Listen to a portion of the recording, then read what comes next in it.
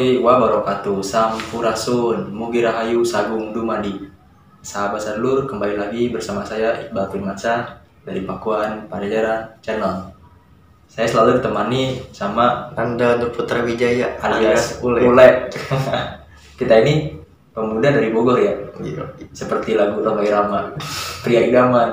Iya, darah muda, darahnya para remaja. Ya. Oke, sahabat sedulur.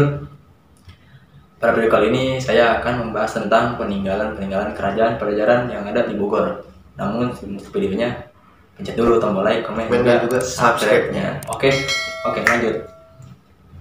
Di Bogor ini banyak peninggalan kerajaan Pajajaran, salah satunya di Batu Tulis. Iya, di Batu Tulis Bogor.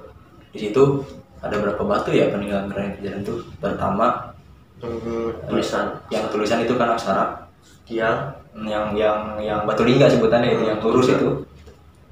Terus di luar ada batu bentuknya kayak makam sih. Terus ada batu lurus juga. Cuman itu bukan makam, tapi bekas kuda itu. Iya, kayak ketan kuda. Iya. Di samping juga ada juga kan, sama tuh.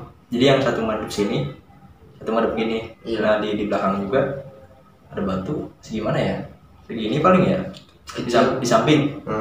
Segini itu dulunya bekas kayak ibadah gitu, kayak ibadah.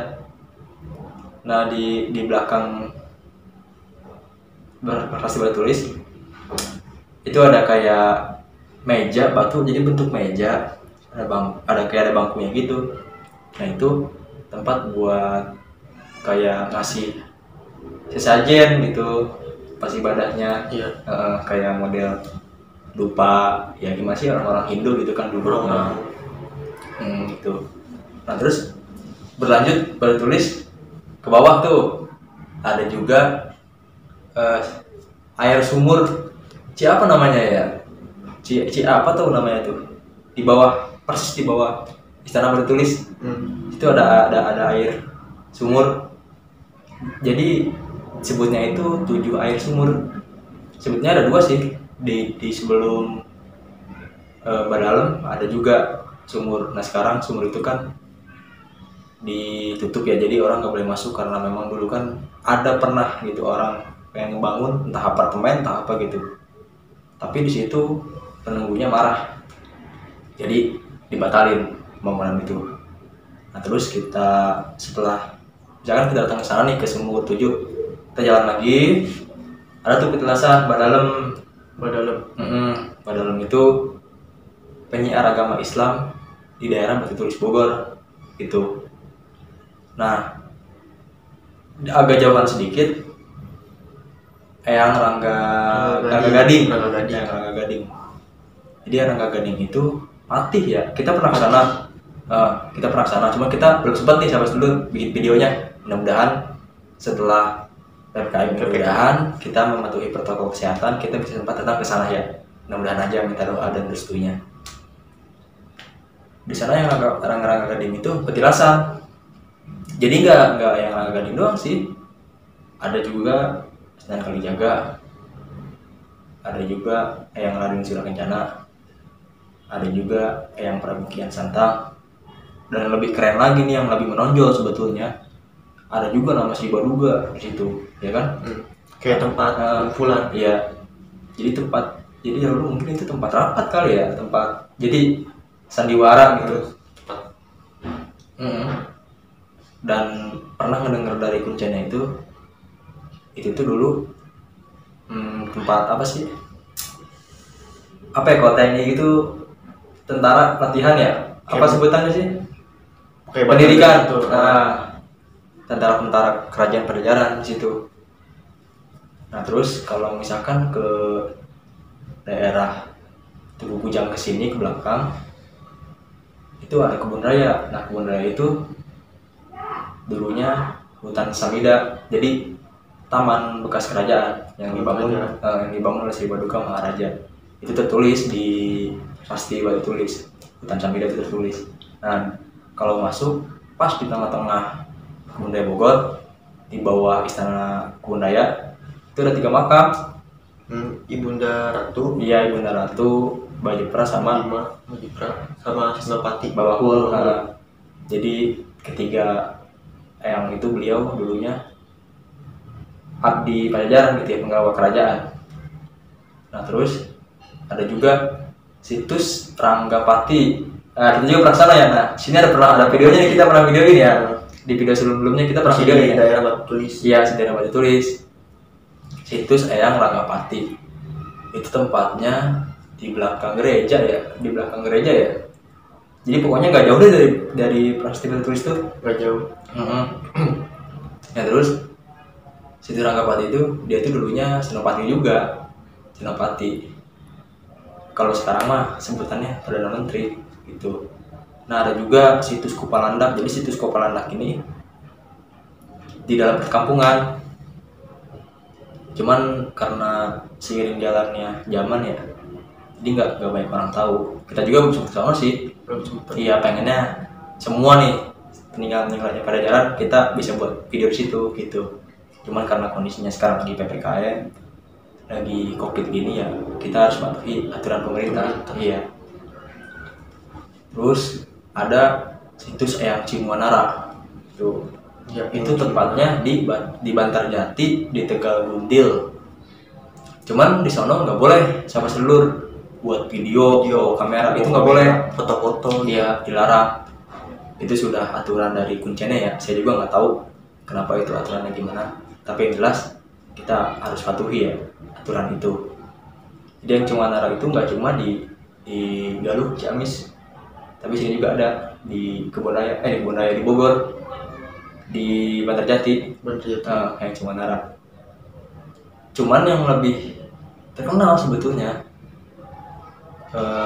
tempat berziarah gitu, itu di Empang Bogor. Empang. Iya, karena tiap malam Jumat itu banyak orang ziarah ke situ. Di sejarahnya dia itu ya Aulia. iya, saya cuman nggak tahu nih dia tuh sesudah kerajaan Pajajaran atau di pas kerajaan Pajajarannya atau sebelumnya gitu kan.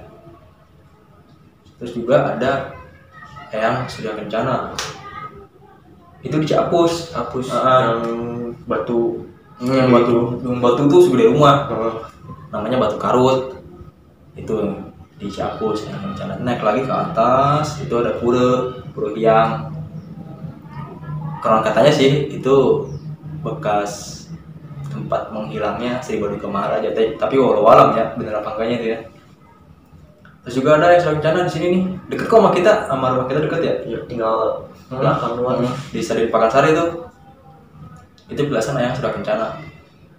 Cuman di situ ya karena yang jagain yang nggak ada, jadi kurang kurus juga sih, kurang apa ya perhatian gitu ya di situ. Nah kalau di daerah Citerep ada Mbah Raden Sake.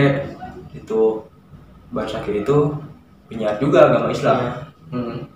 Penyiar agama Islam, cuman dia ceritanya dari Banten ke sini nyibarin agama Islam Citerep. Jadi entah ya makamnya entah di sini entah di Banten, soalnya ada dua di Banten sama di sini. Nggak tahu nih aslinya yang mana gitu. Kalau misalkan peninggalan yang diabadikan sampai sekarang gitu ya, ada nih Prasasti Ciaruten. Itu peninggalan Purnawarman sebetulnya, bukan kerajaan Pajajaran. Jadi batu ya sama sih kayak di Batu Tulis ini yang kita jarah tuh pasti tulisan. Terus juga ada telapak kakinya. Tulisannya apa tuh? Tulisan itu mah kayaknya rada-rada ke India deh, soalnya kan Purnawarman itu dari India ya. Dari India. Pokoknya di situ telapak kaki ini bekas Purnawarman yang seperti telapak kaki Dewa Wisnu gitu. Terus di dekat itu juga ada telapak kaki gajah. Sudah baskom. Jangan salah itu gede. Gede.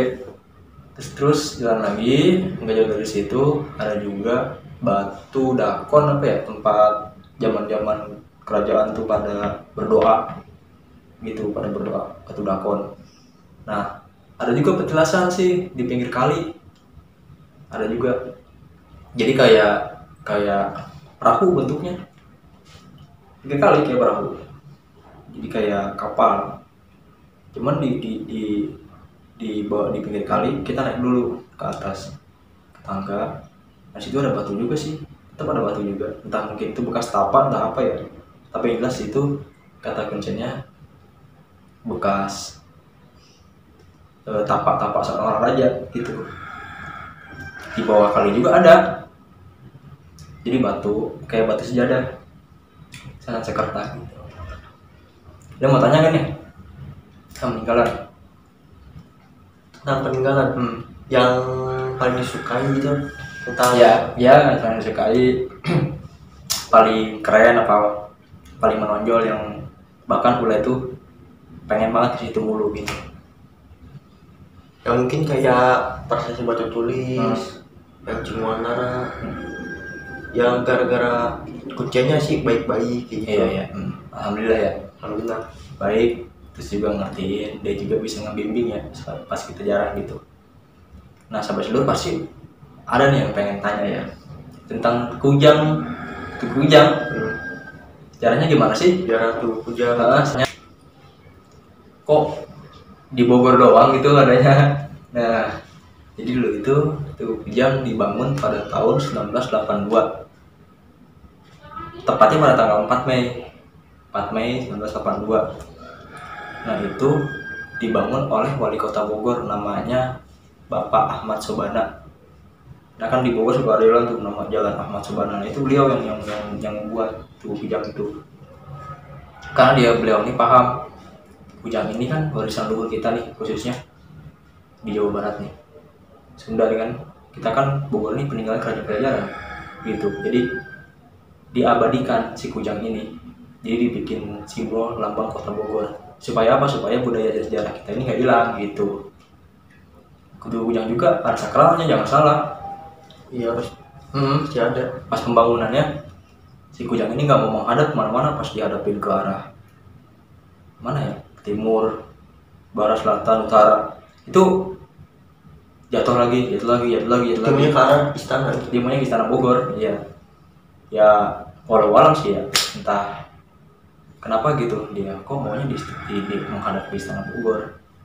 Ya mungkin kerajaan istananya menghadap ke sono kali, ke arah istana Bogor mungkin ya, kita nggak tahu ya. Ada yang nyalain kan nih Le? Mungkin kerajaan nggak apa-apa, nanya aja Tentang peninggalan kerajaan Pajajaran. sharing tapi jangan sering-sering. Itu kenanya nih kan di prasasti batu tulis kan ada desain Sanskerta gitu. Itu yang buat itu siapa ya? Itu kan Prabu Surawisesa yang buat. Terus biasa.